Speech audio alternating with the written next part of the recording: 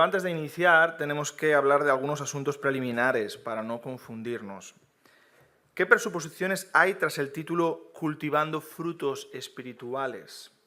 Hay algunas cosas que de entrada tenemos que entender, tenemos que creer para hablar de ese tema.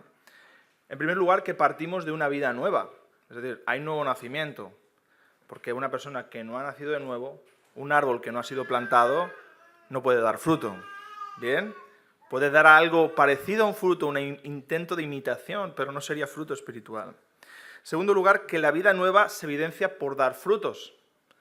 Algunos dicen que Pablo y Santiago estaban en contradicción, pero no estaban en contradicción, sino que, Pablo hablaba de la obediencia a la fe y Santiago decía que esa fe se va a evidenciar por unas obras, porque somos salvos para buenas obras. No somos salvos por obras, sino para buenas obras y, por lo tanto, uno tiene que ver si en uno hay frutos de arrepentimiento, si en uno hay crecimiento espiritual. Esto evidenciaría si uno está en la fe o no está en la fe. En tercer lugar, que las disciplinas espirituales ayudan al crecimiento espiritual, pero las disciplinas espirituales no nos ayudan a nacer de nuevo. ¿Sí?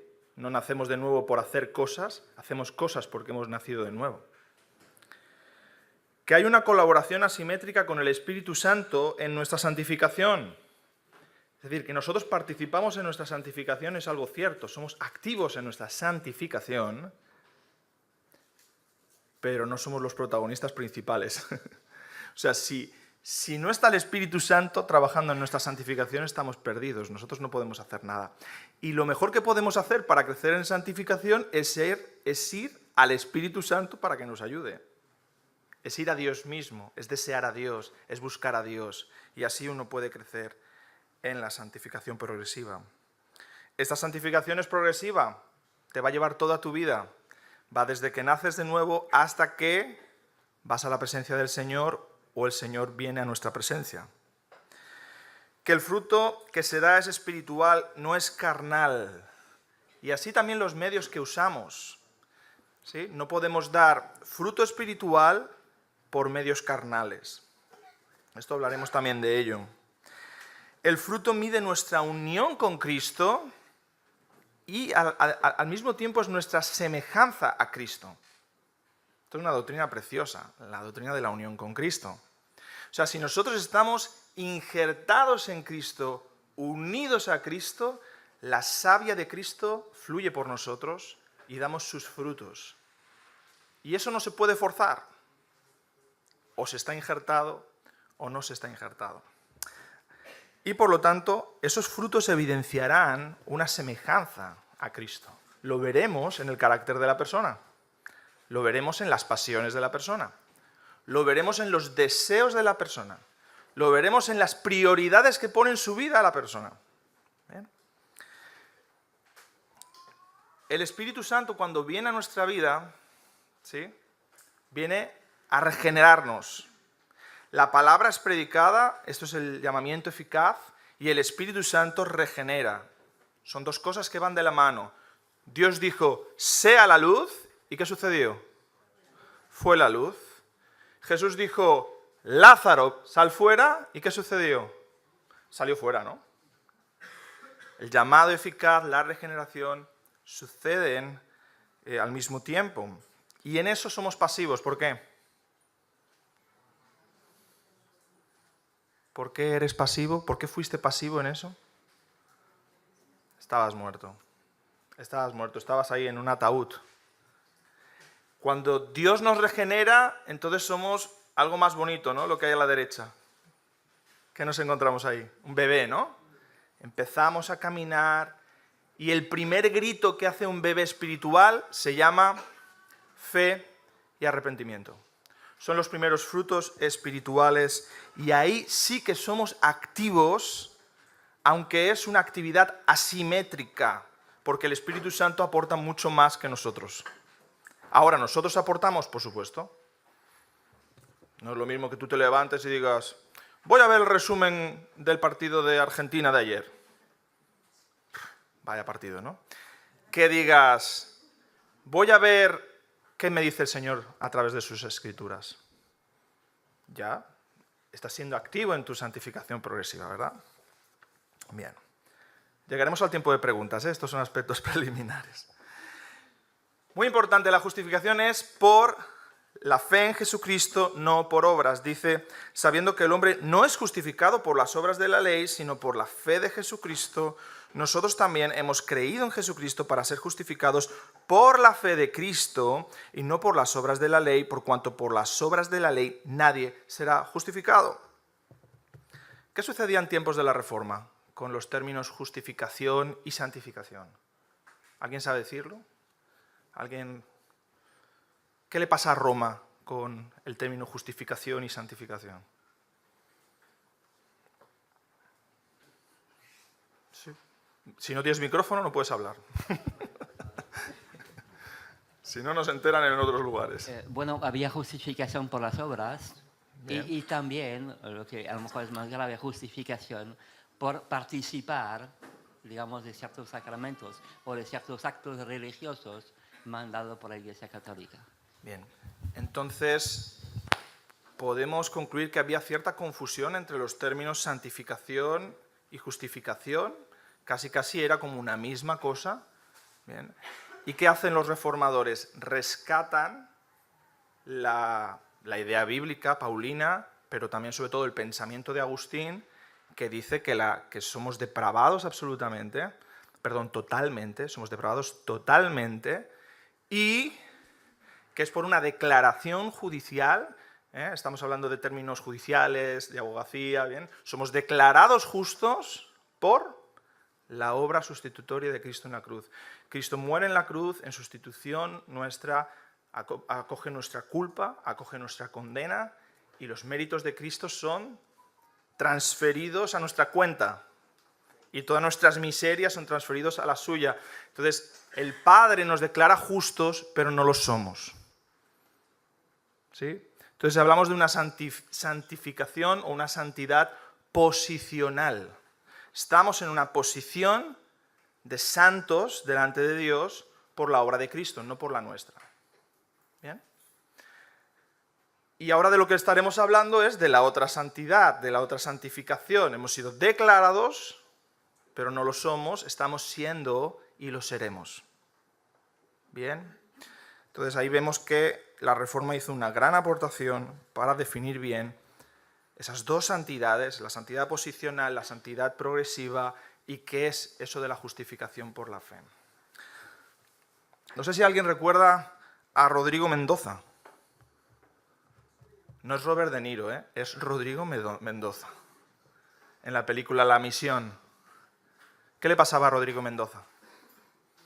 No me digáis que no habéis visto La Misión, por favor. O escuchar la banda sonora como mínimo. ¿Alguien recuerda qué le pasaba a Rodrigo Mendoza? Allí, micrófono. Siento, hermana. Que durante toda la película, creo, llevaba ahí toda una carga con cacharros y cosas. ¿Qué cacharros eran? ¿Qué llevaba ahí? Uy, ahora no me acuerdo, pero... Su pasado, ¿no? Sus espadas. ¿A qué se dedicaba Rodrigo Mendoza antes de esto? Pues como John Newton, más o menos, Era un esclavista. ¿Bien? Cogía esclavos, los vendía a los españoles, etcétera, etcétera. ¿Bien? Él está, después de asesinar a su hermano, lo siento, si no habéis visto la película ya os lo he dicho, no os diré cómo termina, él está llevando la carga de sus pecados. Y la escena es fantástica. Se aprende muchísimo sobre lo que es el perdón, lo que es la autojustificación, un arrepentimiento falso, porque él está con remordimientos, pero él no está arrepentido bíblicamente hablando. ¿Bien?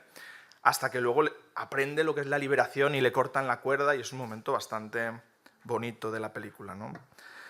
No podemos considerar esto un fruto espiritual, porque la fe y el arrepentimiento no producen regeneración. ¿Sí? No nacemos de nuevo por creer y arrepentirnos, sino que creemos y nos arrepentimos por cuanto hemos nacido de nuevo. Porque ha habido una obra sobrenatural del Espíritu Santo en nosotros. Nadie puede desear a Dios sin haber sido nacido de nuevo, porque deseamos las obras de la carne. ¿Sí? Esto sucede así y de golpe algo sucede que empezamos a desear cosas opuestas a las que deseamos. Porque antes estábamos muertos y ahora estamos vivos. No podemos creer que la fe y el arrepentimiento vienen antes de la regeneración. No es así. No podemos forzar el nuevo nacimiento. Por lo tanto, hay que hablar del rol del Espíritu Santo. ¿Estás tratando de lograr tu objetivo por el esfuerzo humano? Esta tentación, este pecado, yo lo voy a superar. Buscas libros de autoayuda, de autorrealización, de cómo lograr el éxito cristiano. En las librerías evangélicas hay muchos. En esta espero que no. Jordi seguro que lo ha impedido. Bien. Entonces, recordemos, los frutos espirituales no se pueden conseguir por medios carnales. Yo esto lo voy a vencer. No puedes vencer un pecado, un deseo carnal por tu fuerza. No es por fuerza ni poder, sino por el Espíritu de Dios. Dice, ¿recibisteis el Espíritu por las obras de la ley o por el oír con fe? ¿Tan necios sois, habiendo comenzado por el Espíritu, ahora vais a acabar por la carne? ¿Sí? Es un tema espiritual, no es un tema de tu fuerza, de voluntad. Sí que está tu voluntad, pero tu voluntad guiada y movida por el Espíritu Santo, no por tu propia iniciativa. ¿Cuál es la meta de todo esto? No nos olvidemos. Hablamos de unión con Cristo y hablamos de semejanza a Cristo. No hemos sido escogidos y nos han dado el boleto al cielo como quien te invita a pasar las vacaciones de verano al resort no sé qué o a Walt Disney. No es eso. No es para que te lo pases bien en el cielo, es semejanza a Cristo. Hemos sido elegidos para ser como Cristo, pequeños Cristos, porque el Padre ama tanto a Cristo que quiere que todo esté lleno de Cristo. Y nos está creando a su imagen y semejanza, como en el inicio hizo también a Adán y Eva a su imagen y semejanza. Aquí está la meta, conocerle y el poder de su resurrección y la participación de sus padecimientos, llegando a ser semejante a él en su muerte, si en alguna manera llegase a la resurrección de entre los muertos. Conocimiento, unión, semejanza. ¿Sí? Y en esa unión y semejanza vemos todo el tema del fruto del Espíritu. Cuando nosotros estuvimos un tiempo viviendo en el Levante, en la Comunidad Valenciana y en busca de iglesias donde reunirnos, fuimos a una ciudad cuyo nombre no quiero acordarme, como dice en el Quijote, y encontramos algo similar a esto. ¿Qué es esto? ¿Un micrófono? ¿Alguien, un jardinero, alguien que sepa de estos temas, de estas curiosidades? A ver, un injerto, vale. ¿Qué es un injerto? ¿Quién quiere definir lo que es un injerto? Algo que no vale. Cuando una fruta tiene una... Hay que ser más rápidos, ¿eh? Con los Cuando tenemos un fruto, pues, y por ejemplo un limón, y le podemos meter una naranja, injertamos, y nos sale un fruto con semejanza de las dos frutas. Vale. Mi sensación cuando vimos esto, nuestra sensación cuando vimos esto es de confusión. ¿Esto qué es? ¿Un naranjo? ¿Un limonero? Menudo lío, ¿no? Es un poco raro, ¿no? Está curiosa la cosa, pero es raro, es confuso. También nos puede pasar a nosotros, ¿verdad?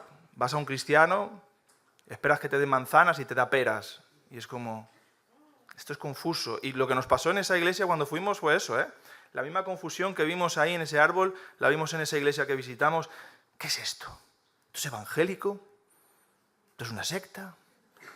¿Esto es bautista? ¿Esto es neopentecostal? ¿Qué es esto? Confusión. Porque los frutos no se asemejan a lo que se está diciendo que es. Vamos a leer este pasaje, si algún voluntario quiere leer de Gálatas 5, del 16 al 26. Gálatas 5, del 16 al 26, el texto en el que nos estamos basando esta mañana. Y a todos los que anden conforme a esta regla, paz y misericordia sea a ellos. Gálatas 5. Ay, perdón, sí, me fui al 6, perdón. Gálatas 5, versículo 16. Digo pues, andad en el Espíritu y no satisfagáis los deseos de la carne, porque el deseo de la carne es contra el Espíritu y el del Espíritu es contra la carne. Y estos se oponen entre sí para que no hagáis lo que quisierais. Pero si sois guiados por el Espíritu, no estáis bajo la ley. Y manifiestas son las obras de la carne, que son adulterio, fornicación, inmundicia, lascivia, idolatría, hechicerías, enemistades, pleitos, celos, iras, contiendas, disensiones, herejías, envidias, homicidios, borracheras, orgías y cosas semejantes a estas, acerca de las cuales os amonesto, como ya os lo he dicho antes, que los que practican tales cosas no heredarán el reino de Dios. Mas el fruto del Espíritu es amor, gozo, paz, paciencia, benignidad, bondad, fe, mansedumbre, templanza. Contra tales cosas no hay ley. Pero los que son de Cristo han crucificado la carne con sus pasiones y deseos. Si vivimos por el Espíritu, andemos también por el Espíritu. No nos hagamos vanagloriosos, irritándonos unos a otros, envidiándonos unos a otros. Muy bien. Sirva de conexión con todo lo que hemos dicho anteriormente, el versículo 25. Si vivimos por el Espíritu, andemos también por el Espíritu. ¿Qué conexión tiene esto con todo lo que he dicho anteriormente? Aquí tenemos dos doctrinas importantes. ¿Alguien quiere enlazarlo? Si vivimos por el Espíritu, andemos también por el Espíritu. Pero ¿qué dos doctrinas hemos estado viendo que se explican en este versículo? Justificación. ¿Vale? ¿Qué más? Por ahí va. también hablaremos de ello. Si vivimos regeneración, perfecto, ¿verdad? Y luego, si hemos vivido por el Espíritu, si Él nos ha regenerado, vivamos también por el Espíritu. Andemos en novedad de vida, demos fruto del Espíritu. ¿Bien? Obviamente no te está diciendo, si tú no has nacido por el Espíritu, vive por el Espíritu. No. Nosotros no queremos religiosos hipócritas. Esto no es una fábrica de hipócritas.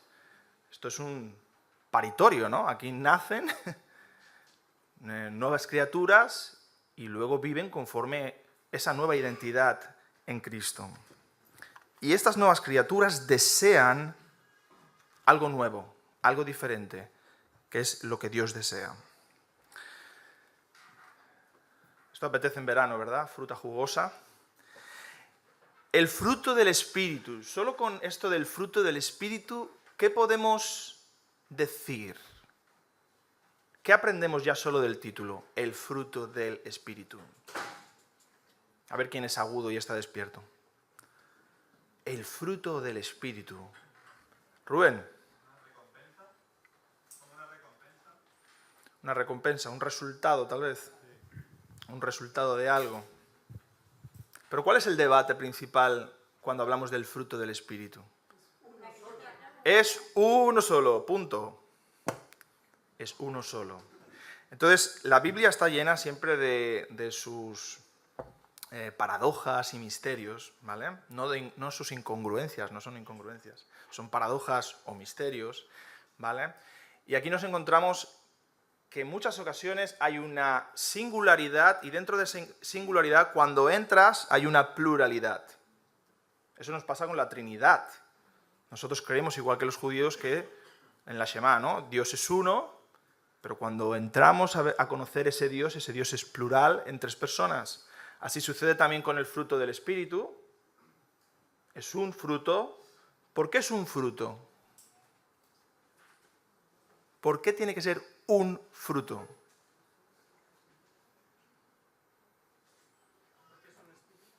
Porque es un espíritu. Porque es una verdad, porque es una palabra. Porque si a semejanza de los árboles, Los árboles solo dan un fruto. No dan 2, 3 ni 4. Perfecto. Un solo fruto. ¿Y cuál es el árbol? La vida misma, Cristo, digo yo. Cristo, vale. Hay un fruto porque hay un carácter. Hay un fruto porque hay un carácter que imitar, al cual asemejarnos. ¿Sí? No es que queramos crear una secta en la que todos vamos igual vestidos, que nadie puede tener peculiaridades, todos igual. No. Queremos ser todos igual por cuanto estamos unidos a Cristo y damos el fruto de Cristo. Y hay un solo carácter. Por eso hay un fruto. Por eso es singular, pero tiene 9 características, que lo vamos a ir viendo. Primera pregunta, ¿qué es el amor? ¿Quién quiere definir el amor? ¿Qué es el amor?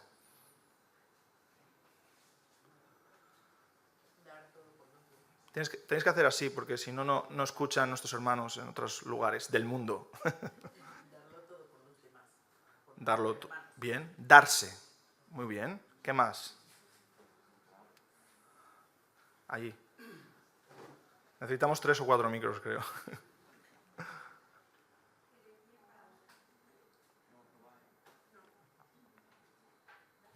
¿Se oye? Ah, querer bien para otro. Muy bien, perfecto. El amor es darse, es querer el bien de otros. Muy bien. Vamos a ir viendo. ¿Qué cree el mundo sobre el amor? Bueno, el amor está confundido por muchas cosas, ¿no? Aparte de la parte sensual y sexual y todas estas confusiones, ¿verdad? El amor habla mucho de tolerancia. Tú amas a otra persona cuando eres tolerante con él. Es decir, cuando aceptas todas sus posiciones sin intentar hacerle cambiar su punto de vista. Claro, ser tolerante en un mundo relativo es bien fácil, porque como no hay ninguna verdad absoluta para ellos, es bien fácil ser tolerante. Todo puede ser, hay un relativismo, el individuo es mucho más importante que el colectivo, hay un individualismo absoluto, tú puedes creer lo que tú quieras en tu casa, encerradito, ¿sí? Mientras no te metas con mi individualidad. La verdad es subjetiva, el amor se confunde con emocionalismo, con aquello que sentimos, que nos hace vibrar, que nos hace emocionarnos, y el amor es muy humanista hoy día. Confundimos el amor con una falsa bondad. Y Europa, por ejemplo, está cometiendo errores políticos y errores de muchos tipos con una falsa bondad que está siendo contraproducente en muchos sentidos, contra la propia sociedad. Eso es lo que creen que es el amor, pero la Biblia define el amor con lo que es y con lo que no es. El amor es sufrido. Tú amas, tú vas a sufrir. El amor es benigno, es bondadoso, busca el bien de los demás, es gozoso, es creyente, ¿sí? Cree todo lo bueno, es paciente, sabe esperar, sabe perseverar. No es eso de, bueno, me enamoré, me desenamoré en el mismo día. El amor es fuerte, tiene empeño, ¿verdad? Y no es muchas cosas, no es envidioso, no es jactancioso, no se envanece, no es descortés, no es egoísta, no se irrita. Tenemos que crecer en amor, ¿eh? No se irrita. No se irrita. No es rencoroso. Y muy importante, no se deleita en el mal. O sea, cuando estás viendo la película de Rambo y estás diciendo, ¡dale! ¡Dale! No. No estamos asemejándonos mucho al Señor, ¿verdad? ¿Cómo crecer en amor? Contemplando el Evangelio. Dice así la palabra, en esto se mostró el amor de Dios para con nosotros, en que Dios envió a su Hijo unigénito al mundo, para que vivamos por Él. En esto consiste el amor, no en que nosotros hayamos amado a Dios, sino en que Él nos amó a nosotros. Y nosotros tenéis que recordar lo que éramos antes de nacer de nuevo. Y envió a su Hijo en propiciación por nuestros pecados. Amados, si Dios nos ha amado así, debemos también nosotros amarnos unos a otros. ¿Cómo debemos amarnos? ¿Qué define el amor? Pues mira, que Dios toma la iniciativa, que Dios se da, que Dios da lo que más amaba, que Dios da su propia vida y que Dios busca favorecernos. Así debemos amarnos los unos a los otros. Así debemos amar al prójimo. Vamos a por la segunda característica del fruto del Espíritu, el gozo. Esta mañana mi niña estaba ahí viendo, ¿y esto qué es, papá? Dice, pues mira, esta se llama como tú, joy. ¿Verdad? Y el otro es tristeza. ¿Qué es el gozo? ¿Quién quiere decir algo sobre el gozo? ¿Qué creéis que es el gozo? Pedid el micrófono para que puedan escucharnos. Aunque se haya perdido toda la esperanza o estés súper triste, siempre te queda el gozo, siempre está el Señor. Muy bien, el gozo del Señor. Entonces ya empezamos a ver ahí una diferencia entre emociones y gozo. Algunos dicen que hay 6 emociones: el asco, la ira, la felicidad, la sorpresa, la tristeza y miedo. De esto no está hablando este pasaje. No está hablando de emociones, estamos hablando del gozo. Gozo del Señor. El gozo es el deleite constante en Dios. El gozo es el deleite constante en Dios, así lo definió Matthew Henry. Es una alegría no dependiente de las circunstancias. La alegría, ya sabéis, un día estamos alegres, otro no. Mira, hoy no sé por qué no estoy alegre. ¿Pero por qué? ¿Qué te pasó? No lo sé, pero no estoy alegre. No. Tiene sus raíces en desear a Dios más que a nada. Dice el salmista, ¿a quién tengo yo en los cielos sino a ti? Y fuera de ti nada deseo en la tierra. Claro, si tú tienes esa perspectiva de que tu deseo es el Señor, tu deleite es el Señor, y eso va en crecimiento, ¿dónde quedan las circunstancias? Sí, y no estoy hablando de pasividad. No tienes que ser pasivo en tu vida, no somos hinduistas o lo que fuera, ¿no? Tenemos que ser activos en nuestra vida. Si una circunstancia está mal, pues si la puedes cambiar, cámbiala. Pero ese no es tu Dios. No hagas un ídolo de tu situación económica, de tu vivienda, de tu trabajo, de tus circunstancias laborales, de lo que fuera, ¿verdad? De tu salud. No, Dios, cuando Dios es tu gozo, como lo tienes al 100%, como es inmutable, como es fiel, como es perfecto, como es precioso, estás contento, estás gozoso, estás lleno de Él. Un tema importante que hay que tratar, el dolor, el tema del dolor. ¿Vale? Porque cuando hablamos del gozo, el dolor es un tema que siempre sale, ¿no? La enfermedad, el sufrimiento. El dolor sabemos que es consecuencia de la caída, el dolor es una providencia para nosotros. Y ahí está otra vez retroalimentando el gozo, porque incluso una consecuencia de la caída, Dios la hace para bien para nosotros. ¿Sí? ¿Qué hace el Señor con el sufrimiento en un cristiano? Nos consuela. ¿Y qué pasa cuando estás sufriendo? ¿Qué haces? De rodillas, ¿eh? De rodillas más que nunca, buscando en la palabra, buscando al Señor, adorándole, buscando su voluntad. Nos acercamos al Señor. ¿Alguien puede leer la frase de C.S. Lewis? Que no la veo.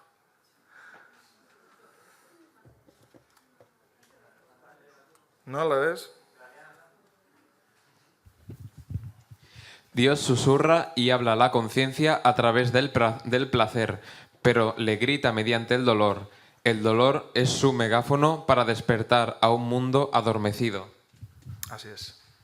Dios usa el dolor para hablarnos, ¿verdad? Vamos a por otro tema. ¿Qué es la paz?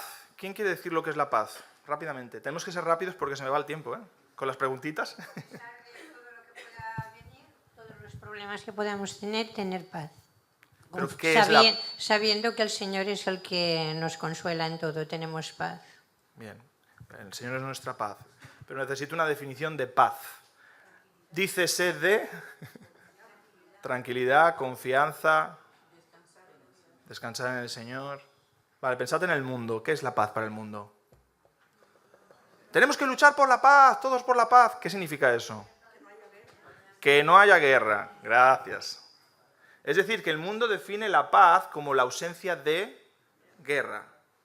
Para ellos la paz es cuando, oye, yo te dejo a ti tranquilo, tú me dejas a mí tranquilo. Eso es paz. Tú haz lo que quieras, yo hago lo que quiero. ¡Qué paz! Claro, como han quitado a Dios de la ecuación, no ven la ira de Dios, no ven lo que vienen, pues hay paz para ellos. Eso no es la paz según Dios. El shalom, este concepto hebreo de paz, es un concepto activo de paz, no pasivo. Es decir, no es simplemente la ausencia de algo, es que hay cosas, ¿vale? Hay una relación de paz con mis semejantes, con mis hermanos. Hay una paz, una sensación de paz interior, lo que hablabais, tranquilidad, consuelo, pero lo más importante, hay una paz con Dios. Y eso no puede ser sin el Evangelio, sin el Señor Jesucristo. Y fijaros lo que dice aquí, justificados pues por la fe tenemos paz para con Dios. Y la verdadera paz en el mundo fluye gracias a esa paz. Y es porque tenemos paz con Dios que somos pacificadores. Porque tenemos el cuadro perfecto, el modelo perfecto de cómo se hace la paz. Y es que Cristo vino a hacer la guerra, una guerra espiritual, una guerra cósmica, y conquistó la reconciliación, la paz, ¿verdad? Pero fijaros que la paz no es ausencia de guerra, porque el Señor Jesús, en la cruz, ¿bien? Ahí sucedió algo, ¿verdad? Vino y vendrá a luchar contra las naciones y contra todos sus enemigos. Por lo tanto, la paz no es bien ausencia de guerra. A veces la guerra es necesaria para tener paz. Y por último, ¿qué es la paciencia? Imaginaos que tenéis que esperar a estos 3 caracoles que lleguen, ¿no? Os da algo. Cuando decimos qué paciencia hay que tener, cuando una persona dice qué paciencia hay que tener, ¿qué significa eso? ¿Quién quiere decir algo?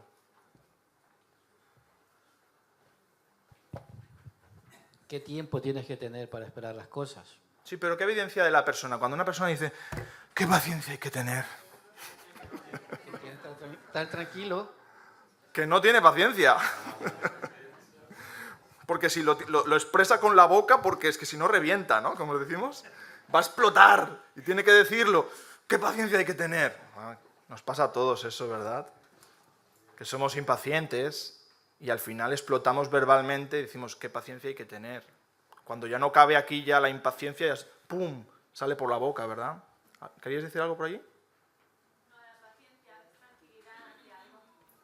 Tranquilidad, perfecto, muy bien. Vamos a ir, vamos ya terminando, ¿eh? Paciencia. Elementos principales. Fijémonos, es una condición del corazón, ¿vale? Es decir, sale de dentro. Es la ciencia de la paz, ¿vale? O sea, tú has recibido la paz, pero sabes ejercitarla, sabes ponerla en práctica. Esa paz que te ha dado el Señor. Nace del Evangelio y evidencia el Evangelio. ¿Sí? O sea, cuando tú estás ante una situación que estás esperando porque se te ha colado una persona en el supermercado, te estás irritando y te dices, el Señor me perdonó mucho más. ¿Qué sucede ahí? Te frenas. El Señor no dijo ni mu, se silenció, fue un cordero manso hasta el matadero. Tú dices, yo no voy a poder estar tranquilo aquí. Tengo toda la eternidad para gozar del Señor. ¿Tengo que ponerme irritado yo con esta persona que se ha colado? ¿Sí? ¿Qué evidencia eso? Un carácter maduro que crece por el efecto del Evangelio. Ha conocido el Evangelio y está reflejando el Evangelio y su conducta se va asemejando al Evangelio. ¿Sí? Confianza en la providencia de Dios. Confianza en que todas las cosas el Señor las usa para bien para hacernos como Cristo. Descanso en la soberanía de Dios. Descanso en que no hay ninguna cosa que se le escapa al control de Dios. Nada. Eso que te está irritando ahora o ayer, todo está controlado por el Señor. Todo está en sus manos. Y a lo mejor el Señor te envía una cosita para que te des cuenta que te irritas aún. Y que aún te queda mucho por crecer a semejanza de Cristo. mantenerse firme en el sufrimiento. La paciencia es perseverancia y apuntaban por aquí la perseverancia de los santos, ¿vale?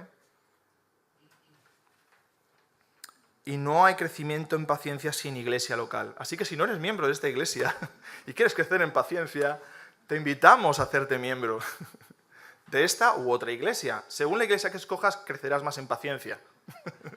Es Roma. Bien, y para terminar, ¿qué veremos el próximo día? El próximo día veremos pues, lo que nos falta, la benignidad, la bondad, la fe, la mansedumbre y la templanza. Muy importante. Cultivamos el fruto del Espíritu por medio de unas disciplinas espirituales que hemos estado viendo. ¿Para qué? ¿Por qué? Porque somos activos en nuestra santificación. ¿Sí? Tú no te puedes hacer resucitar, pero tú una vez hayas resucitado, tú tienes que creer con la fe que Dios te da.